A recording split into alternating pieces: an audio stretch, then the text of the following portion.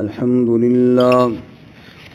لله وكفى والصلاة والسلام على خاتم الرسل وسيد الأنبياء وعلى آله وأصحابه الأتقياء.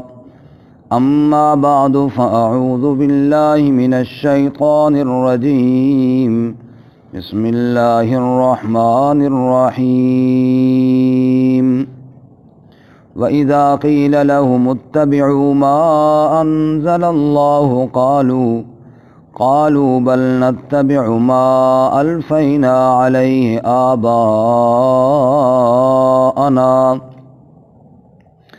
أولو كان آباؤهم لا يعقلون شيئا ولا يهتدون. ومثل الذين كفروا كمثل الذي ينعق بما لا يسمع إلا دعاء ونداء صم بكم عمي فهم لا يعقلون.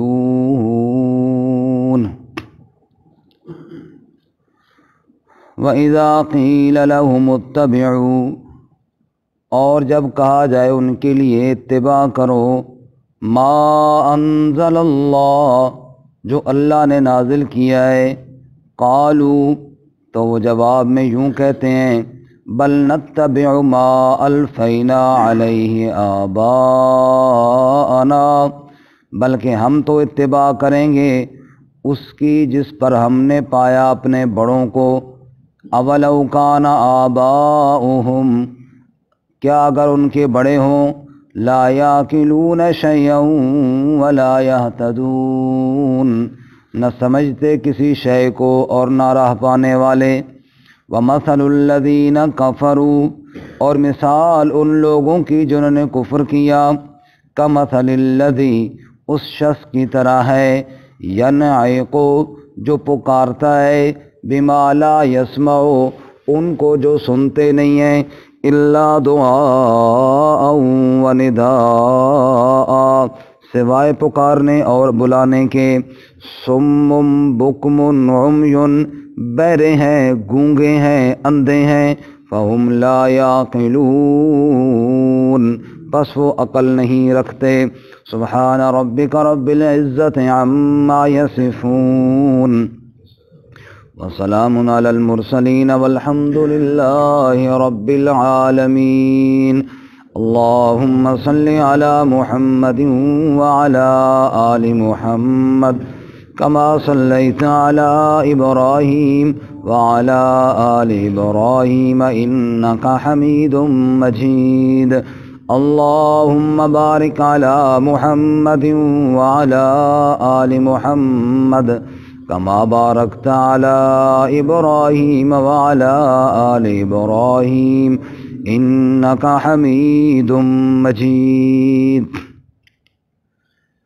معزز سامعین، سورۃ البقرہ کا 21واں رکوع آیت نمبر 170 اور 171 آپ کے سامنے تلاوت کی ہیں. اللہ رب العزت ان کے مطابق صحیح بیان کی توفیق عطا فرمائے اور ہمیں قرآن و سنت پر عمل کرنے کی توفیق عطا فرمائے. گزشتہ سبق میں آپ حضرات نے سنا ارشاد باری تعالیٰ، اے ایمان والو، اے دنیا والو، جو اللہ تعالیٰ نے چیزیں حلال کی ہیں، حلال بھی ہوں اور پاکیزہ بھی ہوں، ان کو کھاؤ، اور شیطان کی اتباع نہ کرو، وہ تمہارا دشمن ہے. وہ بے حیائی اور برائیوں کی طرف تمہیں لے کر جائے گا اور ان باتوں کی طرف لے کر جائے گا کہ تم اللہ پر غلط باتیں کہنا شروع کر دو، نعوذ باللہ. آج کے سبق میں اللہ تعالیٰ شکوہ کے طور پہ فرماتے ہیں کہ لوگوں کی حالت یہ ہے کہ جب ان کے سامنے میری آیات پڑھی جاتی ہیں اور ان کو کہا جاتا ہے کہ اللہ کی آیات کی اتباع کرو، تو جواب میں کہتے ہیں ہم باپ دادا کی بات کو نہیں چھوڑ سکتے اور میری آیات کو وہ پس پشت ڈال دیتے ہیں، نعوذ باللہ من ذالک. چونکہ رسم و رواج اس قدر سرایت کر چکے ہوتے ہیں کہ ان کو چھوڑنا کوئی آسان کام نہیں ہے، آج بھی نہیں ہے. رسم و رواج کو چھوڑنا بہت ہی مشکل کام ہے. ہاں جیسے اللہ تعالیٰ توفیق دے اور وہ یہ سمجھے کہ واقعی دنیا کی زندگی تو عارضی ہے اور دنیا کے رشتے ناطے بھی عارضی ہیں، اور یہ چند روزہ میلہ ہے اور اچانک سب کچھ ختم ہو جائے گا اور میں ایک اکیلی تنہا کوٹھڑی میں بند ہو جاؤں گا، اور وہاں اگر کوئی میرے پاس آئے گا تو وہ اللہ کا قرآن آئے گا، جیسے حدیث پاک میں آتا ہے۔ اس لیے میں اللہ کے قرآن کی مانوں، اللہ کی آیات کی مانوں، اس کے نبی صلی اللہ علیہ وسلم کے سچے فرمان کو مانوں۔ لیکن عموماً یہ ہوتا ہے کہ حالات سے لوگ دب کے اور حالات سے متاثر ہو کر اللہ کی آیات کو تو چھوڑنے کے لیے تیار ہو جاتے ہیں، لیکن اپنے آباء و اجداد اور اپنی برادری اور اپنے معاشرے کو چھوڑنے کے لیے تیار نہیں ہوتے۔ تو اللہ فرماتے ہیں وَإِذَا قِيلَ لَهُمْ، حالت یہ ہے ان کی کہ جب ان سے یہ کہا جاتا ہے اتبعوا ما انزل اللہ، اتباع اس کی کرو جو اللہ نے نازل کی ہے۔ دیکھو ایک انسان کا جسم ہے اور ایک انسان کی روح ہے۔ جسم مٹی سے بنا ہے، زمین سے بنا ہے، اس کی غذا بھی زمین سے ہی ہے، زمین سے سبزیاں ہوتی ہیں، زمین سے پھل ہوتے ہیں، زمین سے اناج ہوتے ہیں، اور روح جو ہے یہ امر ربی ہے، قل الروح من امر ربی، تو یہ اللہ کا امر ہے اور اللہ تعالیٰ کی یعنی اوپر سے آیا ہے، اس لیے روح کی غذا بھی اللہ تعالیٰ نے اوپر سے بھیجی ہے۔ آپ اچھا مکان بنا لیں، اچھے بسترے بچھا لیں، عیاشی کے سارے سامان جمع کر لیں، وہاں آپ کے جسم کی لذتیں تو ہوں گی، روح کو سکون نہیں ہوگا، روح تڑپے گی، روح بے چین ہوگی۔ آپ دیکھتے نہیں ہیں لوگ شراب جو پیتے ہیں عیاشیوں میں، پھر اور پیتے ہیں، پھر اور پیتے ہیں، سکون نہیں آتا، پیتے رہتے ہیں کہ جناب پھر آخر میں نیند کی گولیاں لے کر سو جاتے ہیں۔ روح تڑپتی ہے، روح کو ایسی جگہ پہ سکون نہیں آتا، روح کی یہ خوراک ہی نہیں ہے۔ ہم نے جو کچھ کیا ہے، ہم نے عیاشی کا سامان جسم کے لیے تیار کر لیا ہے، لیکن روح کی غذا تو آسمانوں سے نازل ہوئی ہے نا۔ روح کو ملے گی اللہ کی ذکر کی غذا، روح کو ملے گی اللہ کے قرآن اور اللہ کی وحی والی غذا، تو روح کو سکون ملے گا۔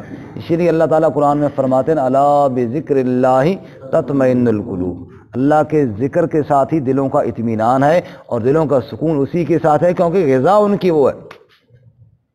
ایک شیر بھوکا مر رہا ہوگا، اس کے سامنے آپ اچھے سے اچھا چارہ اور گھاس ڈال دیں، وہ تڑپ تڑپ کے مر جائے گا، گھاس نہیں کھائے گا، کیونکہ اس کی یہ خوراک نہیں ہے۔ ایسی روح کی یہ خوراک نہیں ہے جو عیاشیوں کے سامان ہے۔ اور پھر بعض جہلاء نے اور بعض جاہلوں نے اس پر غضب اور ظلم یہ کیا کہ کہنا یہ شروع کر دیا کہ موسیقی روح کی غذا ہے، نعوذ باللہ من ذلک۔ اب ایک آدمی جیسے کہے کہ شیر کی غذا یہ اچھا گھاس ہے، تو اس کے کہنے سے تو نہیں ہو جائے گا نا۔ ایسے ہی اللہ تعالیٰ فرما رہے ہیں کہ ہم نے قرآن پاک نازل کیا اور تمہارے لیے یہ غذا ہے، اسی کے اندر تمہاری شفا ہے اور اسی کے اندر تمہاری بقا ہے اور اسی کے اندر تمہاری روح کا سکون ہے۔ لیکن ہم کہیں گے نہیں جی فلاں چیز موسیقی اور گانا بجانا اور فلاں فلاں وہ غذا ہے، تو ہمارے کہنے سے تو نہیں ہو جائے گا نا، ہمارے کہنے سے تو کچھ نہیں ہوگا۔ تو اللہ فرماتے ہیں حالت لوگوں کی یہ ہے جب ان سے یہ کہا جاتا ہے اتبعوا ما انزل اللہ، اتباع اس کی کرو جو اللہ نے نازل کیا ہے۔ دیکھو بھائی قرآن کریم کی اتباع کا حکم ہے، تو اصل مقصد قرآن پاک کا یہ ہے کہ اس کی اتباع کی جائے، اس کو سمجھا جائے اور پھر اس پر عمل کیا جائے۔ اصل مقصد قرآن پاک کا یہ ہے، اور ہم نے اصل مقصد کو آج چھوڑا ہے۔ یہی وجہ ہے کہ ہم رسوا ہو رہے ہیں دنیا میں۔ علامہ اقبال مرحوم نے اسی لیے تو کہا تھا نا وہ زمانے میں معزز تھے مسلمان ہو کر اور تم خوار ہوئی ہو تارک قرآن ہو کر۔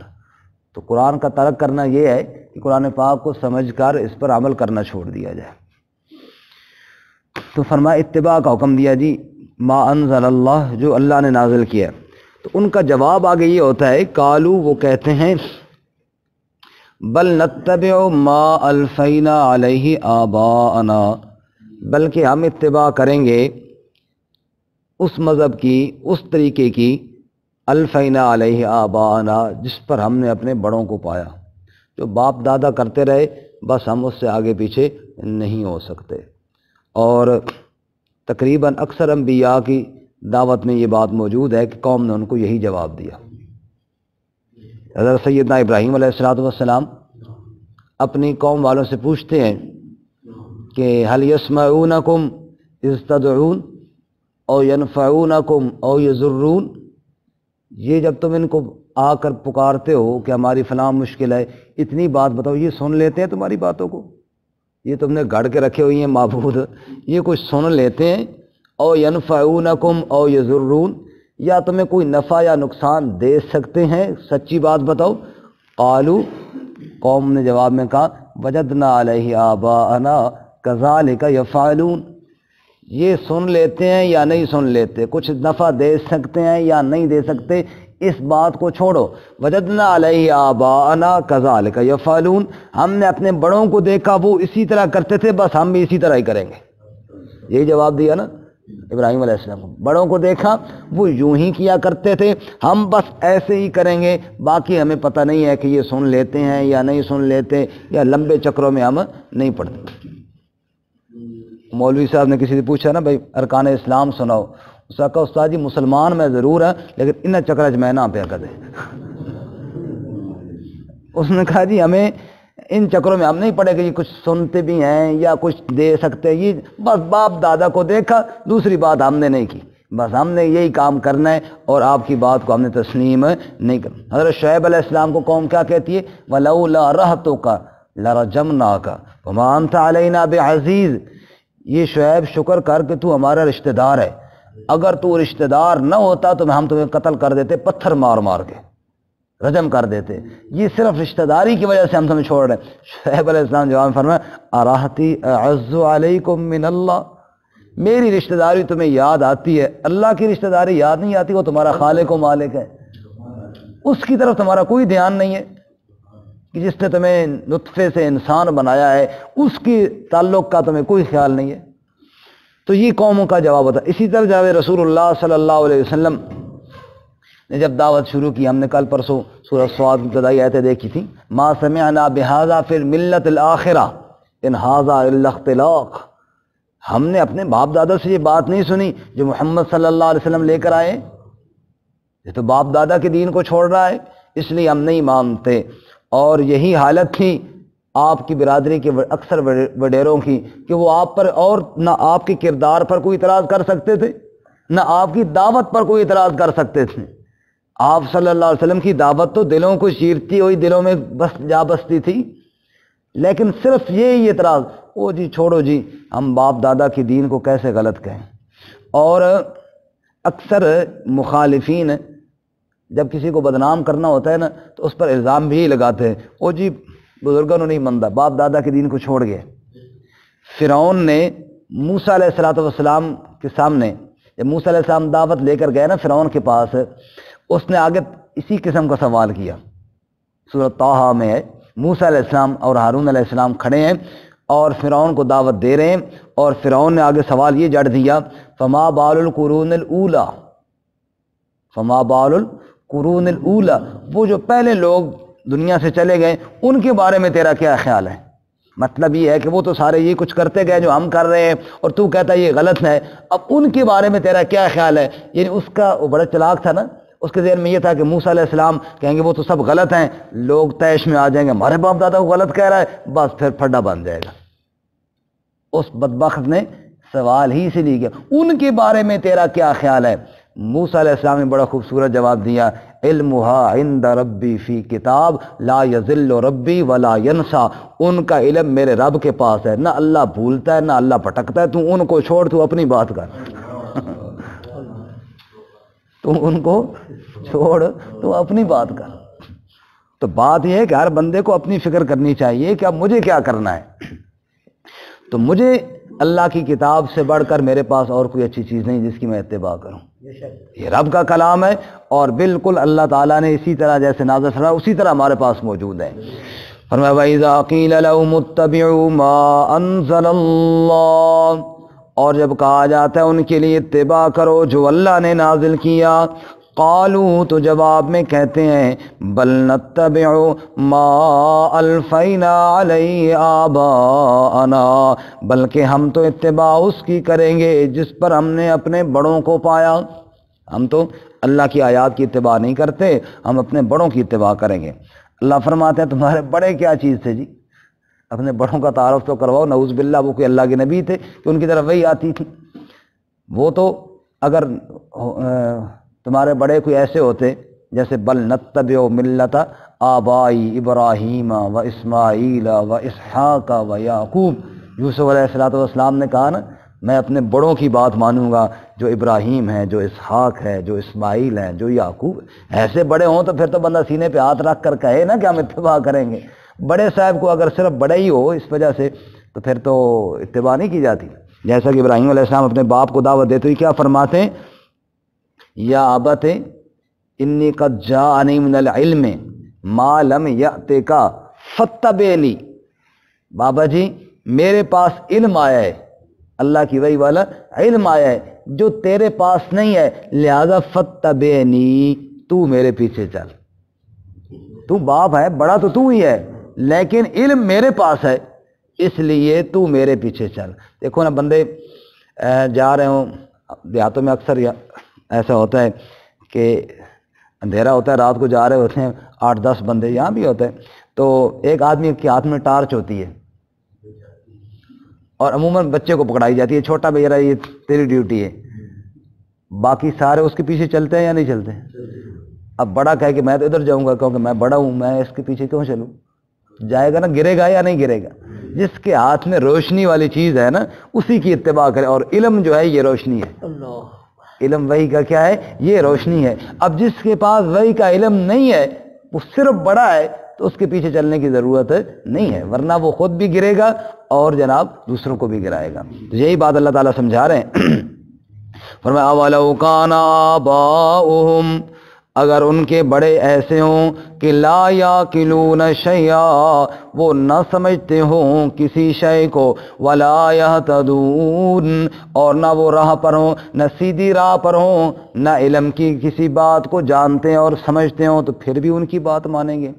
آپ دیکھ لیجئے یہ دنیاوی حساب سے آپ دیکھ لیں، ہمارے بزرگ وہ گزر گئے دنیا سے، اللہ تعالیٰ ان کی مغفرت فرمائے، لیکن کئی چیزوں میں ایسے ہے کہ ان کو یہ آج جتنی سائنس ترقی کر گئی ہے، علاج وغیرہ جتنے جانتے وہ تو نہیں جانتے تھے، وہ تو اس طرح نہیں جانتے تھے. تو میں خود سنا ہم نے دادی جان سے کہ جو زلزلہ آتا ہے یہ نیچے ایک بیل ہوتا ہے، اس کے سینگ کے اوپر زمین کھڑی ہوتی ہے، اور جب وہ تھک جاتا ہے تو یوں کرتا ہے تو پھر دوسرے سینگ پر رکھتا ہے زمین کو، تو اس لیے زلزلہ آتا ہے. اب بندہ مان لے یہ بات اور ڈٹ جائے کہ جناب ہمارے بڑوں نے کہی ہے، خفائی ایسی اس کے بارے میں کوئی بات نہ کرے. تو اللہ تعالیٰ فرماتے ہیں تھوڑا سا بندہ سوچے بھی صحیح کہ یہ بات ماننے والی ہے بھی صحیح یا نہیں. شیخ سعدی رحمۃ اللہ علیہ کی بات یاد آئی، تو لطیفے کا لطیفہ، لیکن بات بڑی زبردست ہے، آپ کو پہلے بھی سنائی ہوئی ہے. شیخ سعدی رحمۃ اللہ علیہ فرماتے ایک بندے نے پنجرا لگایا تو چڑیا پھنس گئی اس میں. اب وہ اس کو ذبح کرنے لگا تو چڑی نے کہا بے وقوف آدمی، مجھے ذبح کرے گا تجھے کیا ملے گا؟ تیرا پیٹ بھرے گا، 2 بوٹیاں تو ہیں ساری.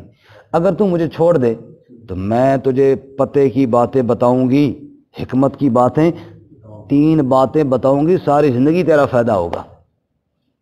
اس نے کہا چلو چھوڑ ہی دیتا ہوں، فائدے کی باتیں مل جائیں گی. اس نے کہا پہلی بات تب بتاؤں گی ابھی تیرے ہاتھ پر ہوں گی، دوسری بات تب بتاؤں گی جب اڑ کر دیوار پر بیٹھوں، تیسری بات تب بتاؤں گی جب وہاں سے اڑ کر درخت پر جا بیٹھوں، چلی جاؤں گی. ٹھیک ہے، پہلی بات اس نے کہا بتا. اس نے اس کے ہاتھ پر بتایا. اگر کوئی دعویٰ کرنے والا یہ دعویٰ کرے نا کہ فلاں یوں ہو گیا، ایسا ہو گیا، ویسا ہو گیا، تو ہر بات فوراً نہیں مان لینی چاہیے، پہلے یہ بھی سوچنا چاہیے کہ یہ بات سجتی بھی ہے یا نہیں، مناسب بھی ہے، یا ایسا ہو سکتا بھی ہے یا نہیں. بغیر غور و فکر کے کسی کی بات کو ہرگز تسلیم پہلی بات یہ ہے. اور تقریباً مفہوم یہی بنتا ہے یہاں پر بھی کہ ہر بات کو یوں ہی نہیں ماننا چاہیے، پہلے غور و فکر کر کے بھئی یہ بات مناسب بھی ہے، یہ ہو بھی سکتا ہے یا نہیں، چاہے کوئی بھی کرے. انہوں نے کہا ٹھیک ہے. وہ اڑ کے جا کے دیوار پر بیٹھی. انہوں نے کہا اچھا دوسری بات بتا. انہوں نے کہا دوسری بات یہ ہے کہ تجھ سے بڑا بے وقوف کوئی نہیں، تجھ سے بڑا چبل بندہ کوئی نہیں. اگر تو مجھے نہ چھوڑتا اور مجھے ذبح کر لیتا تو پورے آدھے پاؤ کا میرے اندر ایک موتی تھا، اور تو اگر اس موتی کو لے لیتا اور بیچتا تو اتنا امیر ہو جاتا کہ بادشاہ کو بھی قرضے دیتا، لیکن تو بیوقوف تھا نا، میری باتوں میں آ گیا اور مجھے چھوڑ دیا۔ اب تو وہ صاحب جناب چکرا کے نیچے گرے کہ یہ میں کیا کر بیٹھوں، اس کو تو ذبح کرنا تھا اور موتی نکالنا تھا، اور بڑا پریشان جناب، ایک سانس آئے اور ایک سانس جائے، اور بڑا ہکا بکا اور پسینہ پسینہ، دل پہ ہاتھ رکھ لیا، وہ اڑ کے آگے درخت پہ جا بیٹھی۔ اور پھر حضرت جی ہوش میں آئے، کہنے لگے اچھا تیسری بات بتا، اور نے کہا تو نے پہلی بات نہیں سمجھی، میرا آدھا چھٹانگ تو وزن ہے، آدھے پاؤں کا موتی میرے اندر کہاں سے آ گیا؟ میرا تو اتنا سارا وزن ہے، آدھے پاؤں کا موتی میرے اندر کہاں سے آ گیا؟ میں نے پہلے تجھے یہ کہا تھا کہ بات اگلی کی سننے سے پہلے فوری یقین نہیں بندہ کر لیتا، پہلے سوچتا بھی ہے، یہ اللہ نے اس لیے اوپر دیا ہے نا، اس کو تھوڑا استعمال بھی کرتا ہے کہ کیا یہ دعویٰ سجتا بھی ہے، یہ بات درست بھی ہے یا نہیں، ممکن بھی ہے یا نہیں، یہ بات ایسا ہو بھی سکتا ہے یا نہیں۔ میرا اپنا وزن سارا تم دیکھ لیا، تیرے ہاتھ کے اندر میں تھی، ایک چھٹانگ بھی نہیں بنتا، آدھے پاؤں کا موتی میرے اندر کہاں سے آ گیا؟ تو بات کو پہلے بندہ تھوڑا سوچے، یہی بات اللہ فرماتے ہیں اولو کان آباؤہم لا یاکلون شیئا ولا یہتدون، اگر باپ دادا بالکل شریعت پر ہوں اور سیدھی راہ پر ہوں، ضرور ان کی اتباع کرو، ضرور ان کے ساتھ چلو، لیکن اگر وہ کسی وجہ سے بھٹک گئے، انسان تھے وہ بھی، کوئی نبی تو نہیں تھے، کیونکہ غلطیوں سے پاک تو اللہ کے انبیاء ہوتے ہیں علیہم الصلوۃ والسلام، اگر وہ نہیں سمجھتے اور نہ سیدھی راہ پر تھے، پھر ان کی بات کے پیچھے چلنے کی ضرورت نہیں۔ وَمَثَلُ الَّذِينَ كَفَرُوا، اور آگے اللہ ان کفار کی مثال دیتے ہیں، رسول اللہ صلی اللہ علیہ وسلم ان کو دعوت دے رہے ہیں اور وہ بدبخت اللہ کے نبی صلی اللہ علیہ وسلم کی بات سننے کے لیے تیار نہیں، اللہ تعالیٰ ان کی مثال دیتے ہیں، فرمایا میرے محبوب صلی اللہ علیہ وسلم آپ دکھی نہ ہوں، آپ پریشان نہ ہوں، آپ غمگین نہ ہوں، جن کو آپ بلاتے ہیں اور وہ آپ کی بات پر نہیں کان دھرتے، ان کی مثال تو اس جانور کی طرح ہے جس کا مالک اس کو آواز دیتا ہے اور وہ بے وقوف سمجھتا نہیں مالک کی آواز تو اس کے پاس جا رہی ہے، لیکن وہ نادان جانور وہ سمجھتا نہیں ہے کہ مالک میرے بھلے کے لیے کیا کچھ کہہ رہا ہے، اور وہ اس کی بات کو نہیں سمجھتا اور ہلاکت میں چلا جاتا ہے۔ فرمایا وَمَثَلُ الَّذِينَ كَفَرُوا، اور مثال ان لوگوں کی جنہوں نے کفر کیا، کَمَثَلِ الَّذِي يَنْعِقُ، اس شخص کی طرح ہے جو پکارتا ہے، بِمَا لَا يَسْمَعُ، اس کو جو سنتا نہیں، إِلَّا دُعَاءً وَنِدَاءً، سوائے آواز دینے اور بلانے کے، جانور کو آواز دینا تو اور کچھ نہیں سنتا سوائے آواز کے، یعنی آواز تو اس کے پاس چلی جاتی ہے لیکن اس کو سمجھ نہیں آتی کہ مالک مجھے کہہ کیا رہا ہے۔ مطلب گائے ہے، بکری ہے، کوئی جانور ہے، وہ آگے جا رہا ہے اور آگے خطرہ ہے، وہاں پہ آپ اسے پیچھے سے کہیں وہ آگے ادھر نہ جا، ادھر نقصان ہوگا، آگے کوئی تجھے فائر مار دے گا، آگے تجھے کوئی موذی جانور کاٹ لے گا، اس کو کیا پتہ کیا کہہ رہا ہے۔ فرمایا ان کی مثال ان جانوروں کی طرح ہے میرے محبوب صلی اللہ علیہ وسلم، آپ ان کی فائدے کی باتیں آپ کو ان کو سمجھا رہے ہیں، لیکن یہ ایسے نادان ہیں کہ رحمت کائنات امام الانبیاء صلی اللہ علیہ وسلم کی زبان مقدس سے نکلی باتوں کی طرف دھیان نہیں کرتے، اس لیے سمجھتے نہیں ہیں۔ فرمایا صم بکم عمی، یہ بہرے ہیں، گونگے ہیں، اندھے ہیں، صم بہرے ہیں، اے میرے محبوب صلی اللہ علیہ وسلم تیری سچی اور حکمت بری باتیں سننے سے یہ بہرے ہیں، دنیا جہان کی باتیں سن لیں گے، نہیں سنیں گے تو میرے آیات نہیں سنیں گے، نہیں سنیں گے تو تیرا فرمان نہیں سنیں گے۔ سمن، حالانکہ آپ صلی اللہ علیہ وسلم سے بڑھ کر کائنات میں ایک حکمت والی بات کسی کی منہ سے نکلی ہی کوئی نہیں۔ سمن، یہ بہرے ہیں میرے محبوب، بکمن، یہ گونگے ہیں، دنیا جہان کی باتیں تو کر لیں گے، ان سے بات نہیں ہوگی تو میری وحدانیت کی بات نہیں ہوگی، ان کی زبان سے میری توحید کی بات نہیں نکلے گی، ان کی زبان سے میرے نبی صلی اللہ علیہ وسلم کی رسالت کی بات نہیں نکلے گی۔ بکمن، گونگے بنے ہوئے ہیں، عمیون، اندھے ہیں، سارے جہان میں جدھر دیکھو ادھر ہی دلائل وحدت موجود ہیں، لیکن یہ دیکھنے سے اندھے بنے ہوئے ہیں۔ فرمایا فَهُمْ لَا يَعْقِلُونَ، پس وہ عقل بھی نہیں رکھتے، سمجھتے بھی نہیں ہیں۔ کیوں؟ بندہ بات سنے، بندہ بات بولے، بندہ پوچھے کسی سے، بندہ غور کرے، پھر عقل میں جا کے یہ چیز آتی ہے۔ جب ایک آدمی نے یہ ضد باندھی ہوئی ہے کہ میں نے نہ سننا ہی ہے بات کو، نہ میں نے بات کو دیکھنا ہے، نہ میں نے غور کرنا ہے، ضد پر ڈٹا ہوا ہے، فَهُمْ لَا يَعْقِلُونَ، اس کو بات سمجھ بھی نہیں آئے گی۔ اللہ میں ضد چھوڑ کر سمجھنے کی توفیق عطا فرمائے۔ ترجمہ دوبارہ سنیں۔ فرمایا وَإِذَا قِيلَ لَهُمُ اتَّبِعُوا مَا أَنزَلَ اللَّهُ، جب ان سے کہا جاتا ہے اتباع کرو جو اللہ نے نازل کیا، قالوا تو جواب میں کہتے ہیں بل نتبع ما الفینا علیہ آباءنا، بلکہ ہم تو اتباع کریں گے جس پر ہم نے اپنے بڑوں کو پایا۔ اولو کان آباؤہم، کیا اگر ان کے بڑے لا یاکلون شیئا ولا یہتدون، نہ سمجھتے ہوں کسی شے کو اور نہ راہ پاتے ہوں۔ ومثل الذین کفروا، اور مثال ان لوگوں کی جنہوں نے کفر کیا، کمثل الذی، اس شخص کی طرح ہے، ینعق، جو پکارتا ہے، بما لا یسمع الا دعاء و نداء، اس کو جو اور کچھ نہیں سنتا سوائے آواز اور بلانے کے۔ صم بکم عمی، بہرے ہیں، گونگے ہیں، اندھے ہیں، فہم لا یعقلون، بس وہ عقل بھی نہیں رکھتے۔